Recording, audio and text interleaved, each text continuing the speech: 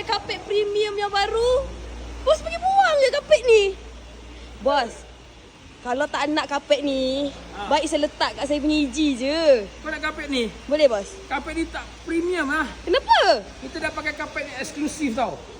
Yang ini. Oi, tengok bos. Ini. Nampak cantik kan? Boleh custom Sebab yang ini premium. Premium. Ini dia material getah, tapi dia sulam cantik. Aha. Lepas tu boleh letak lah nama ke apa ke kau nak letak, kau letak lah.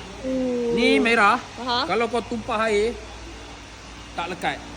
Kena pasir, senang bersih. Kalau yang macam ni, kau tengok ni. Kau tengok ni, habuk dia ni. Ini, tengok habuk dia. Pasir nampak melekat, nampak? Oh, ya Allah. Nampak pasir melekat, nampak? Pasir melekat, nampak? Allah. Nampak? Ini, nampak kalau ada pasir? Senang. Mudah. Tapi ini, kan siapa yang nak kapet ni?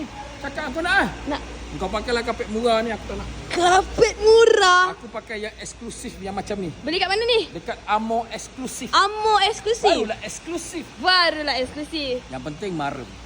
Kalau dia tak nak, aku pasang kat kereta aku.